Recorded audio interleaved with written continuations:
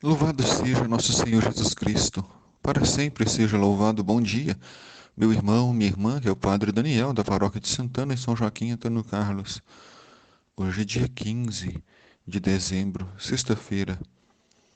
A igreja nos convida a meditar o Evangelho de São Mateus, no capítulo 11, versículos 16 a 19.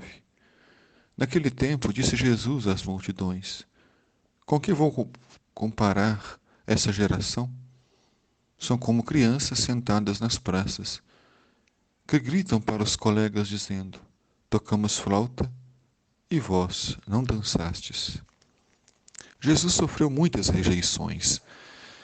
Rejeição da família, que acreditava que ele estava fora de si, pois vivia o celibato, abandonou sua casa para pregar o evangelho, queria arrastar a multidão e ser o salvador do mundo.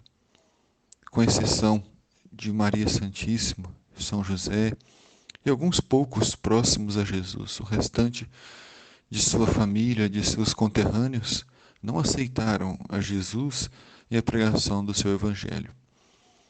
Jesus também sofreu rejeição das autoridades, os mestres da lei, os sacerdotes, os doutores, os anciãos, todas as pessoas que tinham alguma representação na comunidade.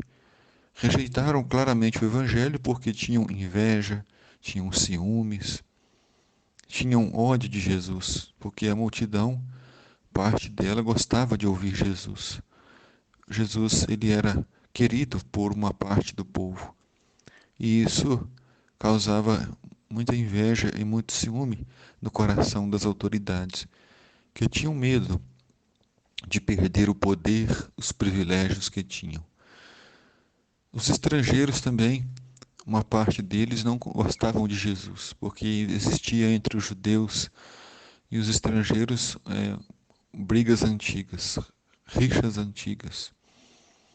Então, quem acolheu o Evangelho? Quem foram as pessoas que realmente acolheram Jesus? Os pobres, aquelas pessoas que eram rejeitadas pela sociedade. Jesus dirigiu sua palavra a todos, mas na sua grande maioria foram os pobres e os pecadores que acolheram o Evangelho, que viram em Jesus uma esperança, uma luz, o perdão das suas faltas. Por isso, o Evangelho sempre é bem mais acolhido entre os pobres, é bem mais acolhido entre os pecadores.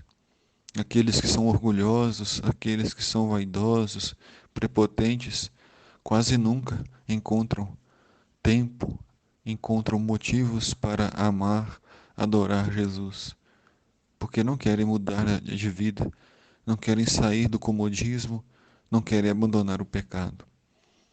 Por isso Jesus diz que a geração que ele estava também é a nossa geração.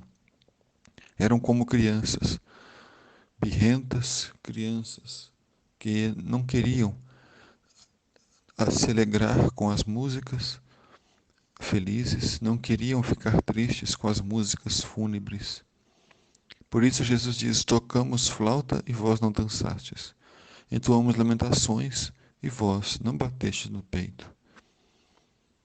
E isso aconteceu concretamente, disse Jesus, pois veio João, que não come e nem bebe, e dizem, ele está com um demônio. Então João Batista foi acolhido pelos pobres e pelos pecadores, mas na grande maioria perseguia João Batista. Foi perseguido, foi preso e teve sua cabeça cortada.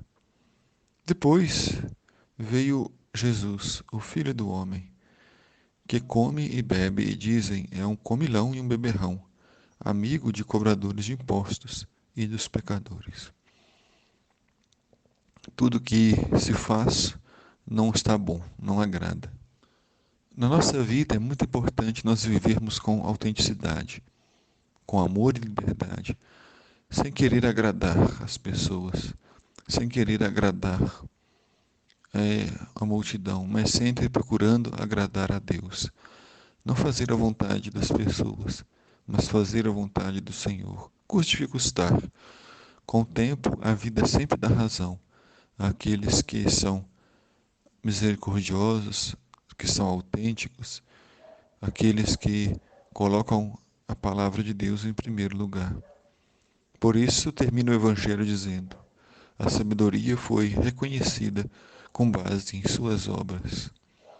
A sabedoria do Espírito Santo de Deus, ela é reconhecida por aqueles que fazem o bem, por aqueles que não desistem, não desanimam, mas vão até as últimas consequências para estarem unidos a Jesus. O Senhor esteja convosco, Ele está no meio de nós.